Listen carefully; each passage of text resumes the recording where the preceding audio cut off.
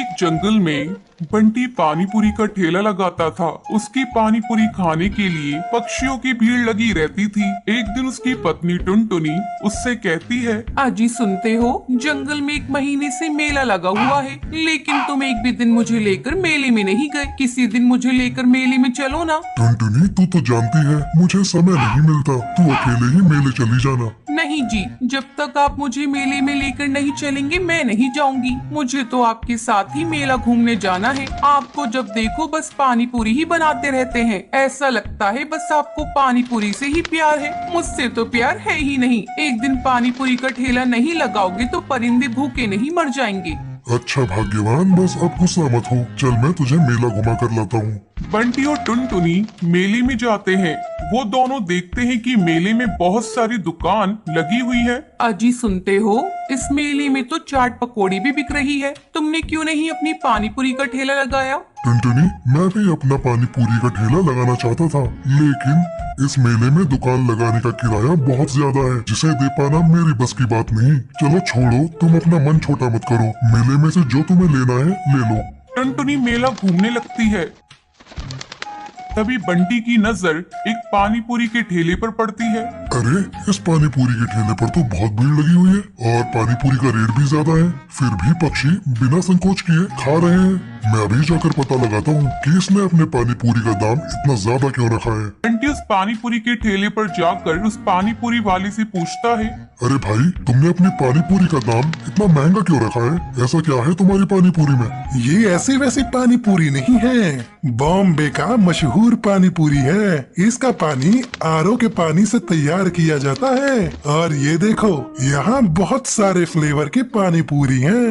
जरा मुझे भी देना तो। बंटी 50 रुपए पानी पूरी वाले को देता है। जैसे ही बंटी पानी पूरी खाता है, अरे, ये तो बॉम्बे की पानी पूरी के नाम पर पक्षियों को लूट रहा है। इससे अच्छी पानी पूरी तो मैं बनाता हूँ, लेकिन जंगल के पक्षियों को मेरी पानी पूरी के 10 रुपए देने में ज्यादा लगता है। मुझे कुछ करना होगा।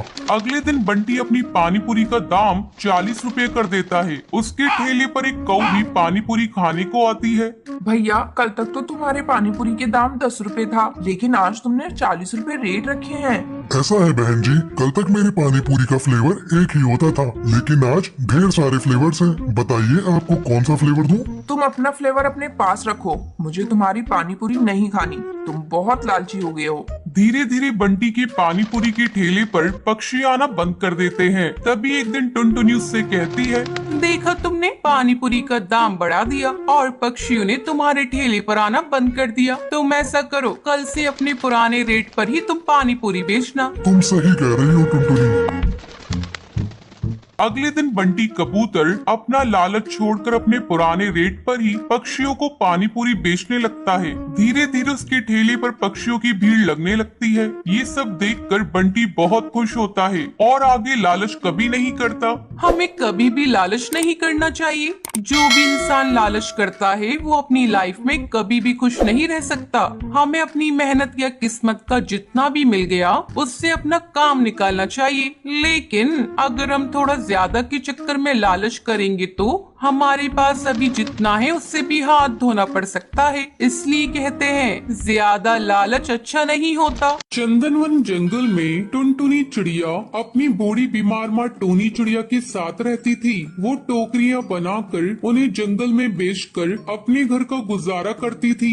माँ, मैं टोकरियाँ बेचने के लिए बाजार जा रही हूँ, तुम दवाई खाकर सो जाना। ठीक है बेटा, तुम जाओ, ध्यान से वापस आना, ज्यादा देर मत लगाना। मैं अकेली बूढ़ी तुझे कहाँ कहाँ ढूंढती फिरूंगी। हाँ माँ, तुम मेरी चिंता मत करो। अब टुनटुनी चिड़िया जंगल में टोकरियाँ बेचने लगती है। टोकरियाँ ले लो, अच्छी अच्छी रंग बिरंगी टोकरियाँ ले लो। आओ सुंदरी बहन, बबली कबूतरी, ये टोकरियाँ ले लो, अपने घर में सजाना, बहुत अच्छी लगेगी। अच्छा टुनटुनी चिड़िया, ये टोकरी कितने रुपए की बेच रही हो? बबली बहन पूरे 100 रुपए की है, बहुत ही मजबूत टोकरी टोकरी है ये, ले लो ना बहन। बबली कबूतरी और सुंदरी कौवी उससे टोकरियां खरीद कर वहाँ से चली जाती हैं। अभी तो सिर्फ 2 टोकरियां बिकी हैं, इससे कहाँ गुजारा होगा। माँ की दवाई नहीं आएगी। इस जंगल में तो कोई टोकरियां खरीदता ही नहीं है। चलो आज मैं पास वाले दूसरे जंगल में जाती हूँ, कहीं वहाँ कोई पक्षी खरीद ले। ये कहकर टुनटुनी चिड़िया वहाँ से जंगल चली जाती है। टोकरियां ले लो, रंग बिरंगी टोकरियां ले लो, अच्छी मजबूत टोकरियां ले लो। तभी वहाँ पर एक जिगरबाज आता है। वो टुनटुनी चिड़िया को तंग करने लगता है। ओए होए, ए चिड़िया, कहाँ जा रही है तू? लगता है इस जंगल में तुम नई आई हो। जरा मुझे भी दिखाओ कैसी टोकरियां बेच रही हो। जिगरबाज टुनटुनी चिड़िया को तंग करने लगता है। बचाओ, कोई मुझे बचाओ। जिगरबाज मुझे जाने दो, मैंने तुम्हारा क्या बिगाड़ा है। कोई नहीं आएगा तुझे बचाने टुनटुनी चिड़िया, आज तू मेरा शिकार बनेगी। तभी कालू कौवा वहाँ पर अपने दोस्तों के साथ आ जाता है और जिगरबाज को मारकर भगा देता है। आपका बहुत बहुत शुक्रिया, आपने मेरी जान बचाई। मैं तो यहाँ पर टोकरियाँ बेचने आई थी, लेकिन यहाँ तो मेरी जान पर बात आ गई थी। अरे चिड़िया, तुम घबराओ मत, लाओ ये सारी टोकरियां मैं खरीद लेता हूँ। कालू कौवा टुनटुनी चिड़िया से सारी टोकरियां खरीद लेता है। टुनटुनी चिड़िया खुशी खुशी वहाँ से चली जाती है। ऐसे ही काफी दिन गुजर जाते हैं। अब कालू कौवा रोजाना टुनटुनी चिड़िया की जंगल जाता था। उसे टुनटुनी से प्यार हो जाता है। एक दिन टुनटुनी, मैं तुमसे शादी करना चाहता हूँ, मैं तुम्हें बहुत पसंद करता हूँ। कालू कौवी, मैं तुम्हें पसंद करती हूँ, लेकिन मैं अपनी बूढ़ी माँ को अकेला नहीं छोड़ सकती। उनका मेरे सिवा कोई नहीं है। ये सुनकर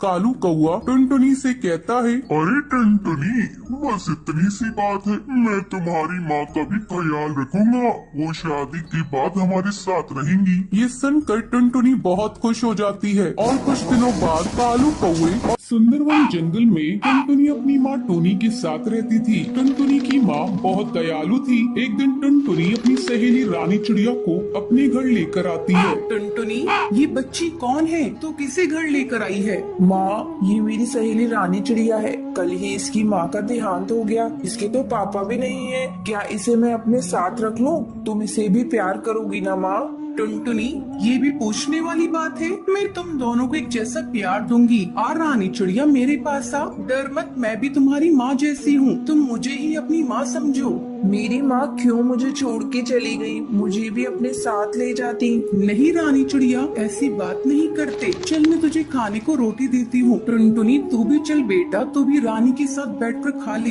हाँ माँ, तुम ठीक कह रही हो, मैं भी रानी के साथ खा लेती हूँ। टूनी दोनों को अपनी बेटियों जैसा प्यार देती है। एक दिन टूनी टुनटुनी और रानी चिड़िया के लिए शूज लेकर आती है। रानी बेटा इधर आ, मैं तेरे लिए शूज लेकर आई हूँ। मैं कई दिनों से तुझे एक ही शूज में देख रही थी, इसलिए मैं तेरे लिए शूज ले आई। टुनटुनी, तू भी ले ले शूज, मैं तेरे लिए भी शूज लेकर आई हूँ। इसी तरह कई दिन गुजर जाते हैं। अचानक एक दिन टुनटुनी को उल्टियाँ होने लगती हैं। टुनटुनी को उल्टियाँ होता देख टूनी डर जाती है। टुनटुनी, आज तूने बाजार में कुछ खरीद कर खाया था क्या? इतनी बार तुझे मना किया है, बाजार से कुछ खरीद कर मत खाया कर, लेकिन तू है कि मानती ही नहीं है। देख, तेरी तबीयत खराब हो गई है, अब तुझे कड़वी कड़वी दवाइयाँ खानी पड़ेंगी। नहीं माँ, मुझे मीठी दवा दिलवा दो। तो आज मुझसे प्रॉमिस कर, तू बाजार का कुछ भी नहीं खाएगी। मेरी प्यारी माँ, मैं तुमसे वादा करती हूँ कि मैं बाजार का कुछ भी नहीं खाऊंगी। चल, अब तुझको मैं डॉक्टर के लिए चलती हूँ और तुझे दवा दिलाती हूँ। टूनी टुनटुनी को लेकर डॉक्टर की क्लिनिक में जाती है।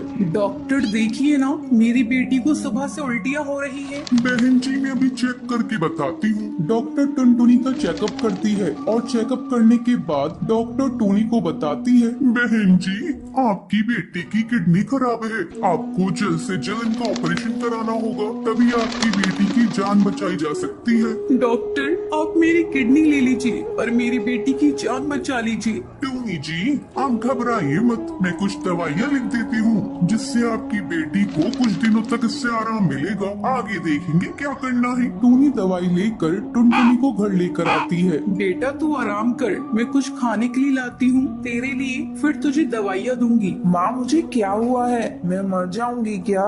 मरे तेरे दुश्मन, तुझे कुछ नहीं हुआ है, तू जल्दी ही ठीक हो जाएगी। रानी, तो अपनी सहेली के पास बैठ, तू साथ रहेगी तो तेरी सहेली का मन बहला रहेगा। इतना कहने के बाद टूनी खाना बनाने चली जाती है। फिर टुनटुनी और रानी आपस में बातें कर रही थी। तभी अचानक टुनटुनी को उल्टियां होने लगती हैं। टूनी दौड़ी दौड़ी टुनटुनी के पास आती है, लेकिन तब तक देर हो चुकी थी। बेटा क्या हो गया तुझे? आंखें खोल अपनी बेटा, तो इस तरह मुझे छोड़कर नहीं जा सकती। टूनी टुनटुनी की डेड बॉडी से लिपट कर रोने लगती है।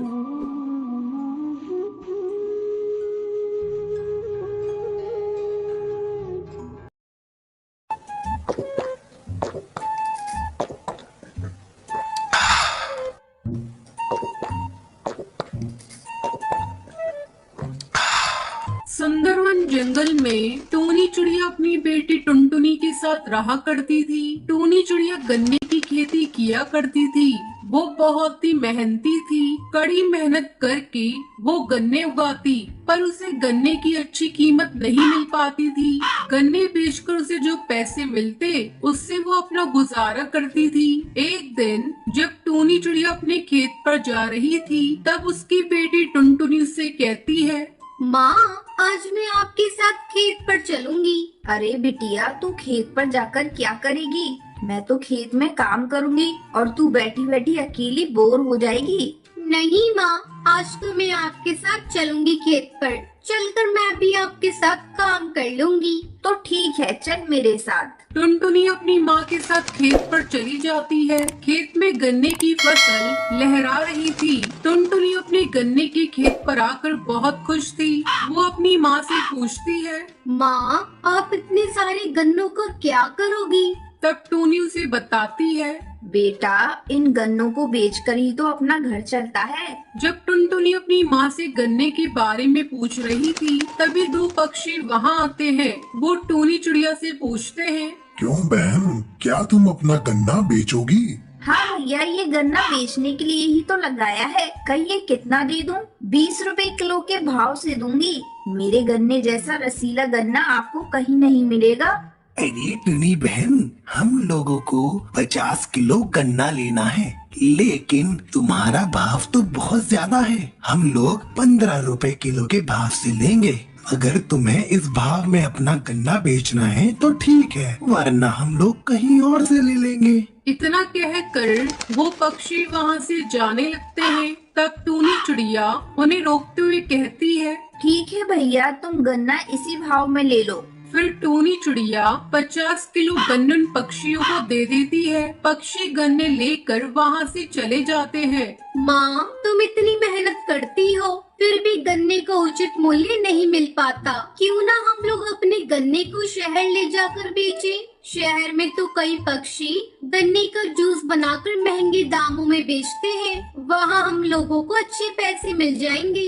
हाँ बिटिया, तू सही कह रही है, लेकिन हम लोगों के पास इतना पैसा नहीं है कि कोई गाड़ी करके अपने गन्ने को शहर ले जाकर बेचे। तो ये सब सोचना बंद कर दे, जो मिल रहा है वही बहुत है। इस तरह कुछ दिन गुजर जाते हैं। टुनटुनी चिड़िया अक्सर सोचा करती थी कि वो एक न एक दिन शहर ले जाकर गन्ने का जूस बनाकर बेचेगी। एक दिन वो अपने दोस्त बंटी कबूतर से कहती है, बंटी, तुम्हारे पिताजी के पास ट्रक है ना? हाँ है, लेकिन तू ट्रक का क्या करेगी? मैं उस ट्रक से अपने खेत के गन्ने शहर ले जाऊंगी और फिर वहाँ गन्ने का जूस निकाल कर बेचूंगी। इस तरह हमें अच्छी आमदनी मिल जाएगी। अब बता, क्या तू मेरा साथ देगा? टुनटुनी, तेरा आइडिया तो बहुत अच्छा है। मैं अपने पिताजी से कहकर तुम्हें ट्रक दिलवा दूंगा। टुनटुनी खुशी खुशी अपने घर आती है और अपनी माँ को सारी बात बताती है। माँ, मुझे कुछ पैसे दे दो, मैं गन्ने की जूस बनाने वाली मशीन खरीदूंगी, क्योंकि कल ही मुझे शहर जाना है। ठीक है बेटा, मैंने तेरी शादी के लिए कुछ रुपए इकट्ठे किए थे, मैं वही तुझे दे देती हूँ। थोड़ी देर बाद टूनी चिड़िया रुपए लेकर आती है। ये ले टुनटुनी, भगवान तुझे तेरे काम में सफल करे। टुनटुनी चिड़िया अपनी माँ का आशीर्वाद लेकर नया काम शुरू करती है। वो शहर में अपने गन्ने के जूस का एक स्टॉल लगाती है। थोड़ी देर बाद कुछ पक्षी उसके पास गन्ने का जूस पीने आते हैं। टुनटुनी सभी को जूस देती है। गन्ने का जूस पीकर सभी उसकी तारीफ करने लगते हैं। अरे वाह, ये गन्ने का जूस कितना मीठा और स्वादिष्ट है। आज से पहले इतना स्वादिष्ट गन्ने का जूस मैंने कभी नहीं पिया था। अब से हम लोग रोज आकर यही गन्ने का जूस पियेंगे। जल्दी ही टुनटुनी के गन्ने का जूस उस शहर में फेमस हो जाता है। इस तरह टुनटुनी को अपने गन्ने का अच्छे दाम मिलने लगे थे। अपनी बेटी की तरक्की देखकर टूनी चिड़िया भी बहुत खुश थी। धीरे धीरे टुनटुनी चिड़िया शहर में अपना एक जूस कॉर्नर खोल लेती है और खुशी खुशी दोनों माँ बेटी अपना जीवन बिताने